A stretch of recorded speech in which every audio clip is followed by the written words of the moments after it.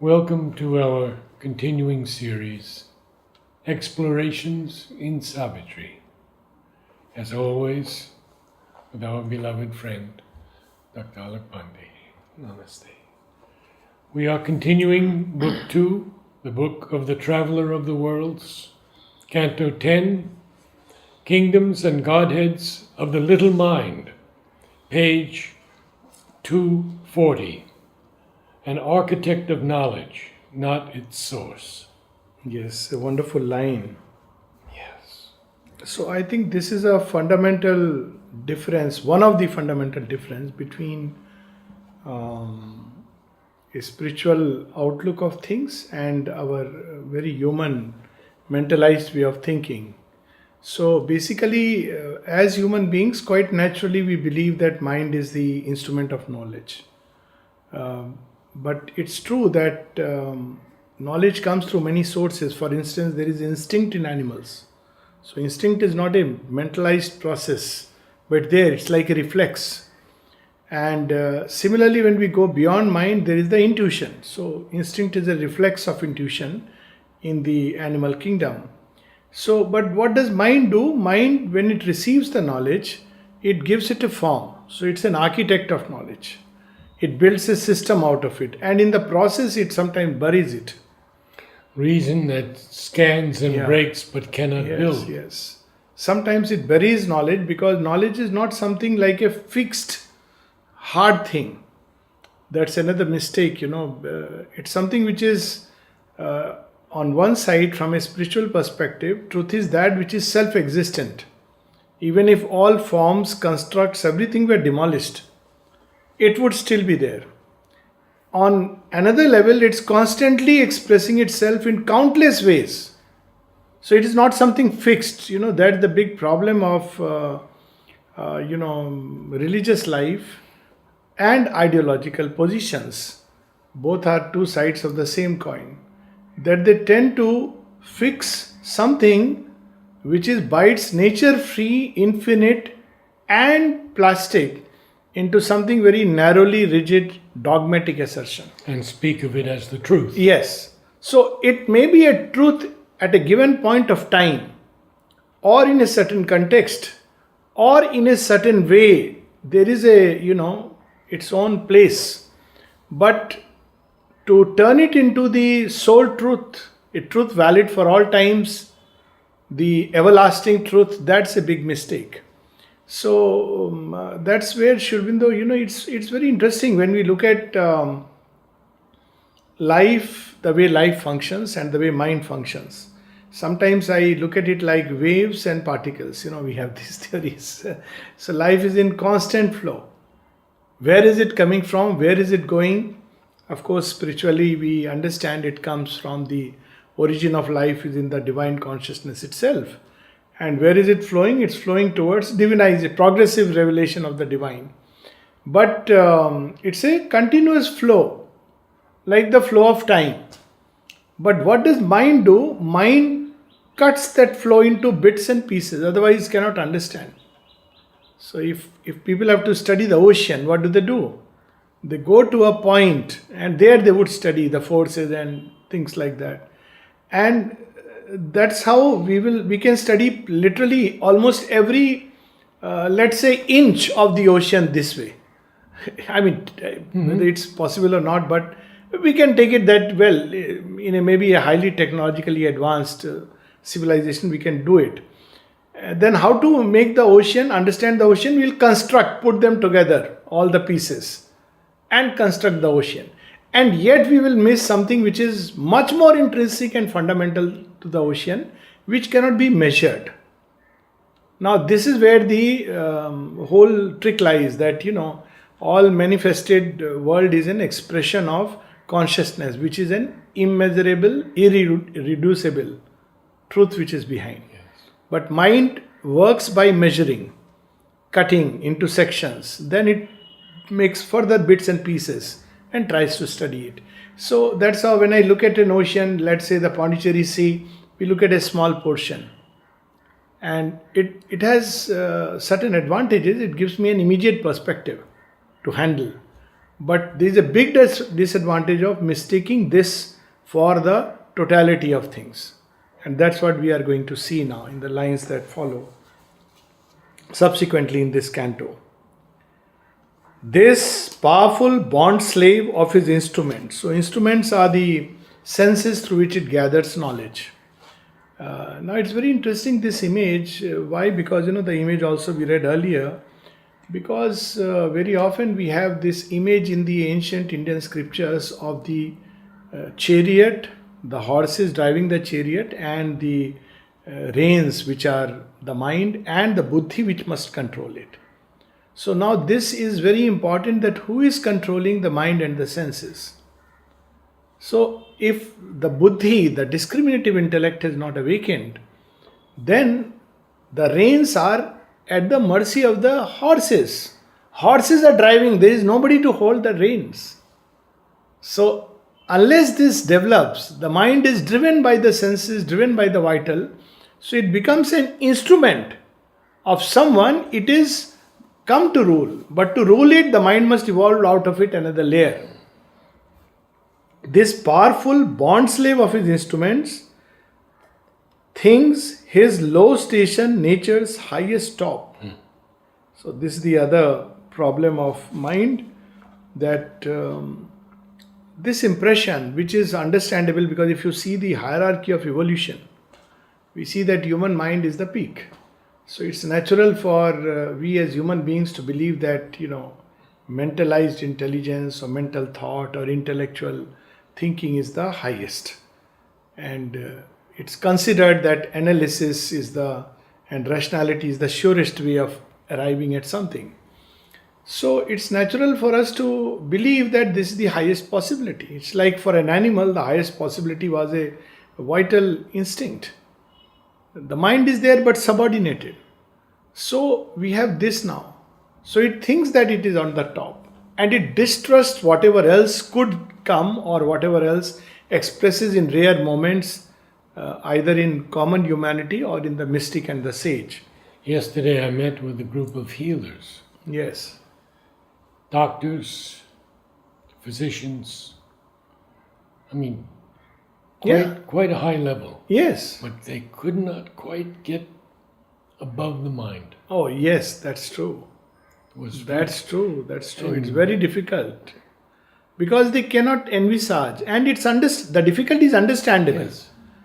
At the same time, it's good to remain open to greater possibilities of the future. That's the minimum. And it's in the logic of things. If you see evolution, where was mind when there was only dust?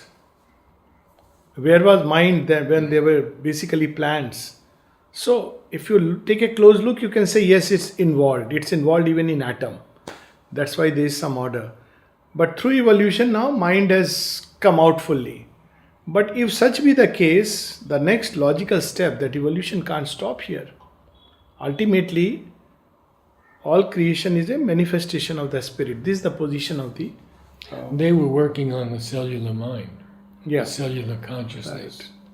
And one or two of them had read Mind of the Cells. Okay. So very interesting. Very good. Yeah. Oblivious of his share in all things made, and haughtily humble in his own conceit. Oh, what a line. Yes, and it's very full of humor. Believes himself a spawn of matter's mud, and takes his own creations for his cause. Lovely lines. So haughtily humble. So if you ask an typically mentalized person, he'll say, well, this what I know, I don't know anything beyond it. Now, there is the humility part of it, that I don't know. That's true, that all scientists, genuine scientists, agree that there is a limit beyond which they don't know. But where does the haughtiness comes in? It cannot be known. There is no other method. There is no beyond. So Sri Aurobindo combines these two opposites, which he does with a masterly craft, haughtily humble. Yes. And then another beautiful line, believes himself a spawn of matter's mud, meaning thereby that mind has evolved out of the processes of matter, more specifically the neurons, They somehow babble and the result is mind. But this all this theory is being questioned, and I don't want to get into it now because it'll take away the joy of Savitri, which is far greater. But in brief, this evolutionary gap between the thing that emerges and that on the basis of which it is being explained, the genes and neurons on the basis of which you try to explain consciousness, which is far greater, or even mentalized intelligence. Neuron is unconscious in itself. I mean, it just has like a rudimentary consciousness. It cannot think out, and yet the brain thinks out. So that's the big leap which is happening nowadays. Would you say it's higher mind? Or More and more. sometimes above that? The difference is that we mistake the instrument for the cause. It's like a baby looks at the television and believes television is generating shows. Or computer is very intelligent because look, it is bringing out everything. But actually it is not the computer, it is not the television. The show is going on somewhere else. When it comes to computer, the show is going on actually in the mind of the person. And the computer is an instrument to bring it, express it, The Mahabharata is in the heart of Vyas. He is using, let's say, a modern Vyasa is showing the typewriter to express it. So you don't, typewriter has to be good and all credit to the good typewriter. But typewriter is not the origin of the Mahabharata. Same with the television. You need a good TV, no doubt, to have all the best colors and everything. But television is not the origin of the programs which are being displayed. So the mistake is the error is to mistake the brain for the cause. But brain is an instrument. The cause is consciousness. That is the fundamental difference. But that should lead us step by step and takes his own creations for his cause. So that's what it means. Consciousness creates, even the mind creates forms, but it believes and then ties itself to it. But it begins to believe. It's, very often when we grow in a certain family, and now this conception is of course breaking down because limits are going away.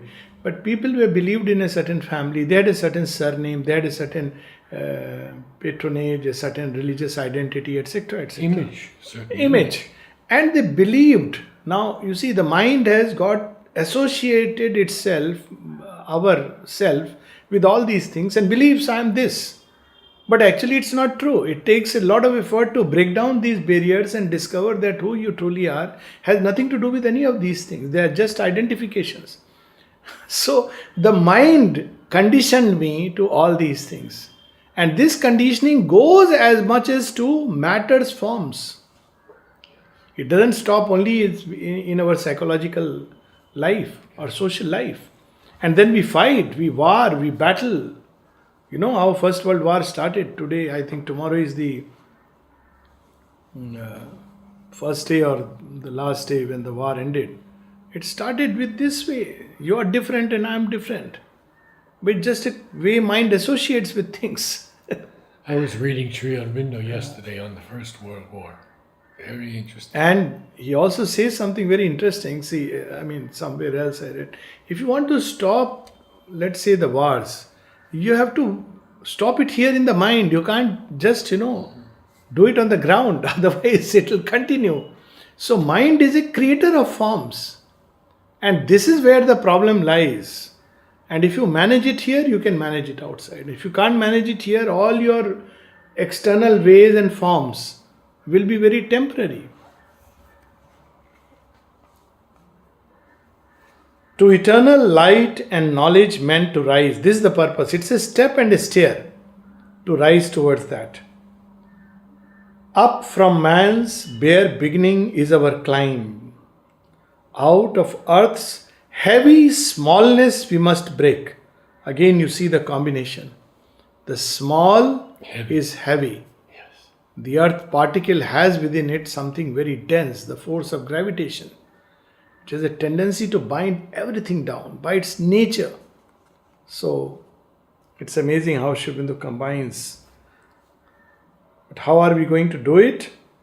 the way he is telling us, we must search our nature with spiritual fire. That fire has to be lit. So I believe that there were two revolutions, mighty revolutions, whose import has not been fully understood with human beings. The first was outer, when man discovered the external fire. It changed the way he would live forever. And the second is inner, when man discovered the inner fire. It would change the way he will understand himself forever. So, that spiritual fire, that has to be. Mother says one place very beautifully that it's true that we all have our own approaches to seek. But, she adds a but, this seeking is not an intellectual and mental questioning. It has to be through the fire of aspiration to know. Very often, we mix up a questioning mind with a seeking consciousness. So, Yes. we must search our nature with spiritual fire. How powerful this line is. And now in 3 lines, he summarizes human destiny and human creation, our whole evolution. Sometimes Sri Aurobindo, in 1 line or 2 lines or 3 lines, can cramp a whole universe. Look at these 3 lines. An insect crawl preludes our glorious flight. And see, at once, so true. A worm would evolve into a bird, and man who would fly from one city to another. Insect crawl, evolution, the entire story of evolution. Our human state cradles the future God. So, this too is not the last word. There is a God within who is sleeping and childlike, who is to come out, emerge fully into the place. So the word cradles Cradles, is so yes. important. Absolutely. Cradles it. Mother spoke about Auroville is the cradle of the Superman. Yes. So people want to immediately see. Cradle means it will take time, it will emerge. There is a process. An infant doesn't grow into an adult in one day, and this is a new creation. And then the last one, a mortal frailty and immortal force. So Sri Aurobindo is such a spiritual realist. He is not denying this part. There is a whole kind of thinking which says man is just warm. Well, he is warm, but in his cells, but this worm has evolved into a man. So we can't, demean him into just being a worm. But he also has a destiny which is ahead. So, And in the worm foresees the coming God. Yes. Yes. So, mortal frailty, yes, true. But perhaps because we are mortally frail, unlike the rest of the animals, actually from fitness to survive point of view, man is a very precarious creature. If you look at it, I think even bacteria and viruses have a better survival capacity. But because man is so frail at many levels, he's physically vulnerable, he's psychologically vulnerable. Animals are not vulnerable so much. He's socially vulnerable. He's vulnerable in many ways. But that's precisely the reason why this death-hunted creature can seek and bring out something within him which is an immortal force. Because of this. So, this is an evolutionary challenge he faces. So, Sri Aurobindo in 1 line summarizes it, that this mortal frailty, actually, it's not that it's only something which conceals an immortal force. It actually helps or facilitates the emergence of an immortal force. Because we are so much hunted by death. Animals are also, but because of our thinking. Animals are hunted by death when suddenly there is famine or they are hit by another beast and they die. But man is hunted by death from very early in life. That's Mother calls it a habit. Habit. And he sees all around and he is thinking about it. He wants to, people who, spend a lifetime saving money for their children because of the death hunted, not realizing that's not the way, but they do it. They try to do it. Yeah. and they, insurance, everything. If you look at it, death hunted creature. No creature is so much death hunted as man, though his life is fairly reasonably long compared to other animals. I know a man from New York City whose father was very prominent here, Talwar. Yeah. And he gave all of his money to mother. Yes. And he said, my children have to have the same possibility I had. Yes. And he gave nothing Yes. to any of them. Yes. R.K. Talwar. Yes. So this was the background, power packed lines, and now he shows us this whole evolutionary process of the little mind. At the glowworm top of these pale glimmer realms. So these realms have an early light, but more like glowworms. But this will slowly evolve or go further. Where dawn sheen gambled with the native dusk and helped the day to grow and night to fail. So it is an evolutionary stair, it's important, it's necessary. Only it should not be considered as the final and the last one. Escaping over a wide and shimmering bridge, he came into a realm of early light and the regency of a half-risen sun. Now, this half-risen sun is a very interesting phrase. Half-risen sun can be, as if sun has arisen and half the light is there. But that's not how I look at it, because he's describing the little mind. Half-risen sun is that you get a feel that the sun is there, but it's not really visible. So it's there, like the earliest dawn. Coming over the horizon. Coming over the horizon, yeah. Yes. So half-risen sun, it's not a little half, but it's the sun, which is like, it's not at 10 o'clock that, noon will be 12. So half-risen sun is 9 o'clock, because there are many things to come. But it's a sun which has begun to come and it's not yet visible and tangible. So this is one way we can look at it. This because poetry is like that. It is suggestive. And of course somebody would look at it as a 9 o'clock sun, which is also fine. No problem with that.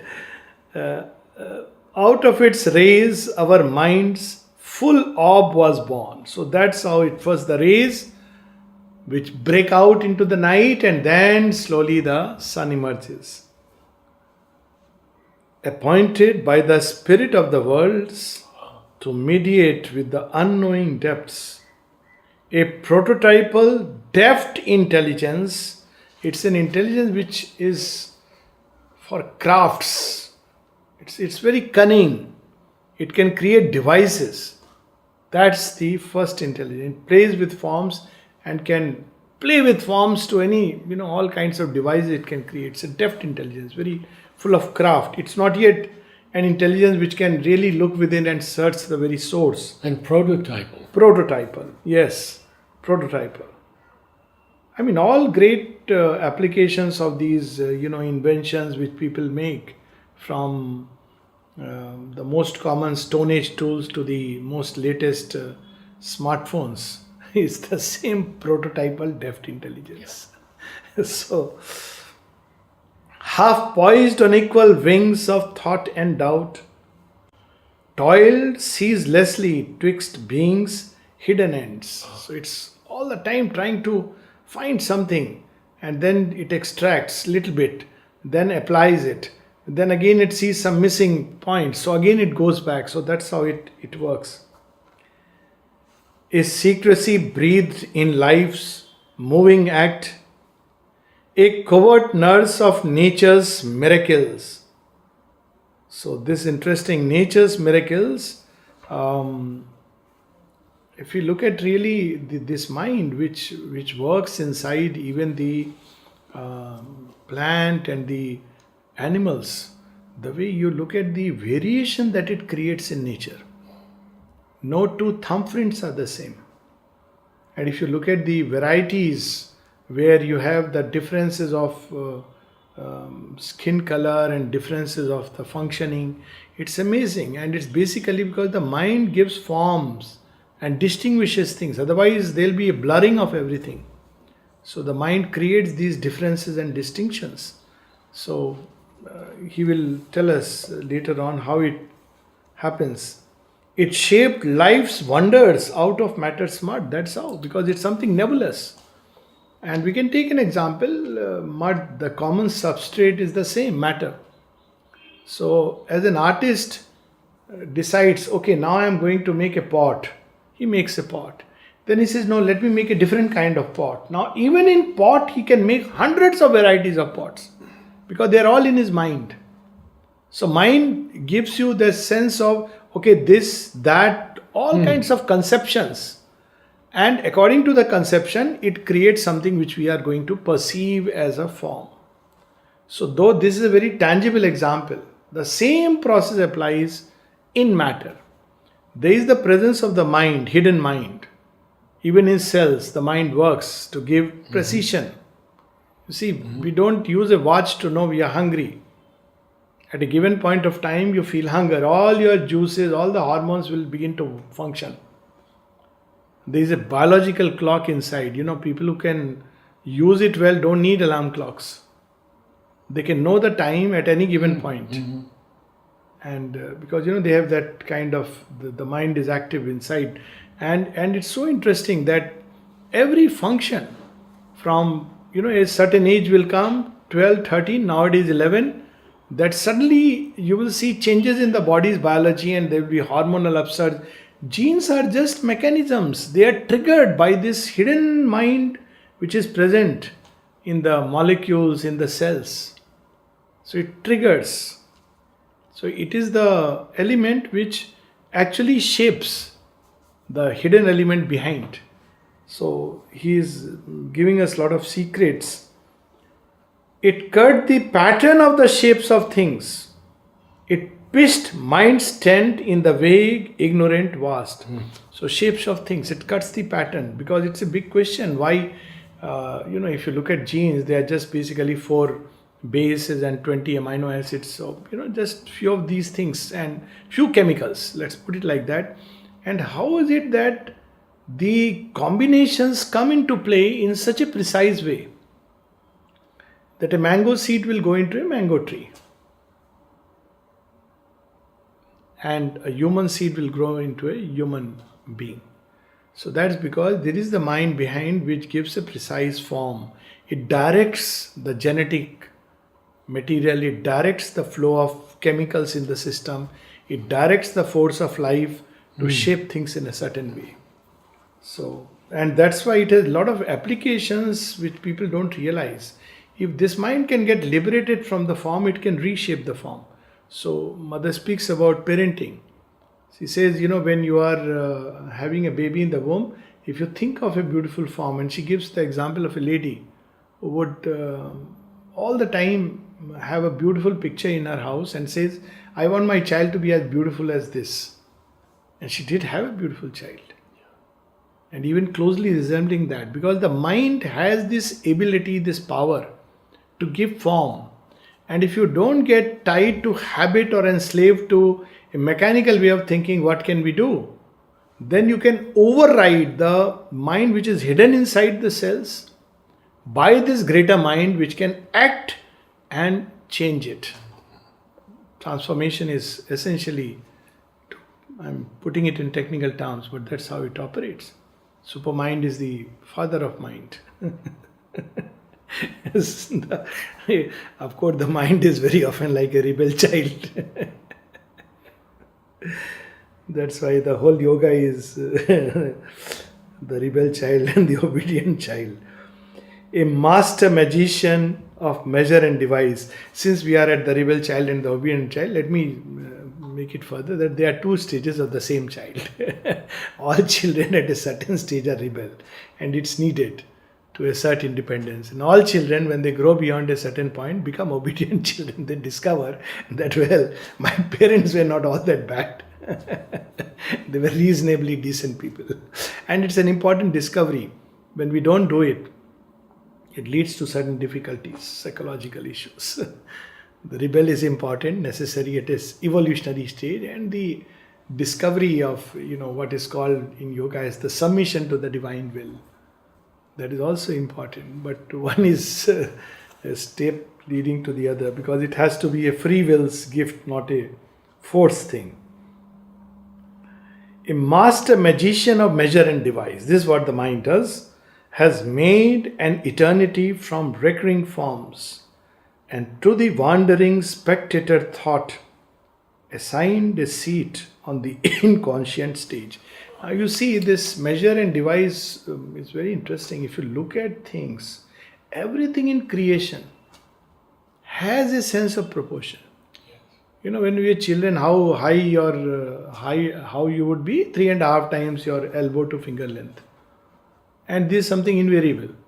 How does it happen? It's almost then, because of that, now there is a new kind of mathematics called fractals. Not new, I mean, it's maybe 15-20 years old, or maybe even a little older. You pick up a certain image because there are common patterns, and you can enlarge it and recover the whole thing, because there is a pattern with which nature works. Of course, we can measure the pattern, but the beauty is not that.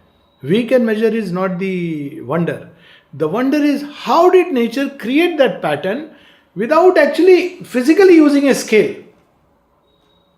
It has not used actually a visibly tangible scale and build things. If a human being has to create a human form, it would keep on. Of course, the hands have to be crafty, or anything. You make a house. You build, you measure, everything you do it. But when nature creates things, it does it as if it knows what it has to do, and later on we'll measure and say, oh, it is so much, and it has to be so much, and it's so perfect, and it's so beautiful. And the snowflake? Snowflake, yes. No two are alike. No two are, yes. So it creates variations, it creates things within a measure, otherwise there will be so much chaos. So it's amazing. On earth, by the will of this arch intelligence, a bodiless energy puts on matter's robe. So here it comes to describe the role of the mind. Proton and photon served the imager eye. It's very amazing, Shobindu writing in 40s. Yeah. Proton is fine, but photon, the light packet. So proton and photon, what it does is, the flow which is continuous, it breaks it into those small particles. So you can look at matter from a particle perspective, you can look at it from a flow perspective. Or you can discover a third perspective, from which both these two are different ways of experiencing it. Ultimately, it's the experience which is the reality, not the... See, the yogis, that's why they didn't bother about studying with the mind or understanding by the process of life. They went into the experiencing consciousness. So if the experiencing consciousness is refined and perfect, the experience of creation will be perfect. At this point of time, we are experiencing what the mind makes us experience. So that is the arch intelligence. To change things subtle into a physical world. So these are the mediating links, protons and photons. The moment you enter into the quantum world, you enter the doors of the occult. Because what lies behind and beyond is a whole subtle world, a series of worlds. So that's what he is hinting at. And the invisible appeared as shape, and the impalpable was felt as mass. The mysteries of physics is making it clear to us. Magic of percept joined with concept's art and lent to each object an interpreting name. So this is exactly how it happens. There is even perception. It's strange. You see, when you look at a tree, now it's so spontaneous, we say, yeah, it's a tree. But what is really happening is the photons which are striking at it, and that light energy is traveling through the pupil and the retina into the brain. And in the brain, they are impacting certain cells. This much is easy to understand. But what happens next is nothing short of a miracle. How is it that the brain exactly holds that image? Actually, incidentally, it's an inverted image to start with. It holds that image and knows it. Now that's where we know that from childhood there is a conditioning, and before childhood, before even a baby is born, as a human being there is a conditioning. Each species has its own conditioning of how it perceives. I mean, snakes don't perceive things the way we do. Even the vision is very different. The dogs, they don't perceive the way we do. It's strange, their behaviors when you try to understand. And then the mind brings in the concept. So the two come together, and they come together magically. It's a big enigma. And of course there are various theories. But see how much science is there in this small little passage. Idea was disguised in a body's artistry, and by a strange atomic law's mystique, a frame was made in which the sense could put its symbol picture of the universe. So it is senses that weave reality, the mind that weaves reality, and the one who enjoys the reality, who is the origin of mind and the senses, that greater self remains hidden behind its works. So I think we'll stop here and continue next week, because Sri speaks about a greater miracle. Right. So the next time is Sunday. Sunday 10 next week.